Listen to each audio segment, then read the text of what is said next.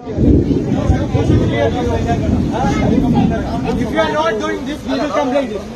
You have destroyed the property and you have... Firstly, I'm happy to be part of the I Then you do it. That I am. But secondly, I don't care. See, worthless. It's raining. You don't have much time. Please clear this shit. I'm not doing this. You're doing it for me. Because Okay, I'm you free. should clear this. You should clear this. This is for me. After you should complain to local police. Okay? Next time you should not do it. This is totally wrong. You can go tell. I'm just cleaning up for you.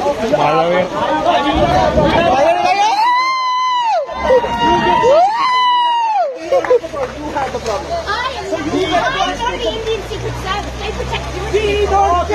Fort കൊച്ചിയിൽ ഫലസ്തീൻ ഐക്യദാർഢ്യ banner തകർത്ത സംഭവത്തിൽ വിദേശ വനിതകൾക്കെതിരെ police കേസെടുത്തു. നാട്ടുകാരുമായി ചേർന്ന് വിദ്യാർത്ഥി സംഘടന നടത്തിയ പ്രതിഷേധത്തിനൊടുവിലാണ് പോലീസ് നടപടി.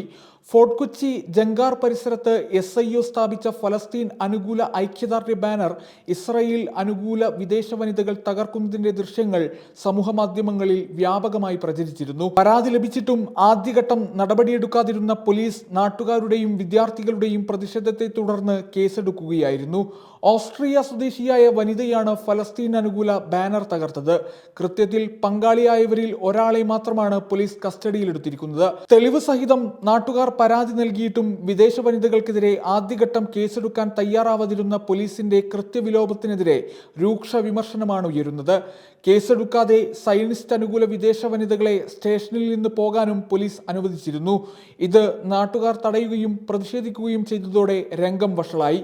പിന്നാലെയാണ് പോലീസ് കേസെടുത്തത്. ന്യൂസ് ഡെസ്ക് സുപ്രഭാതം.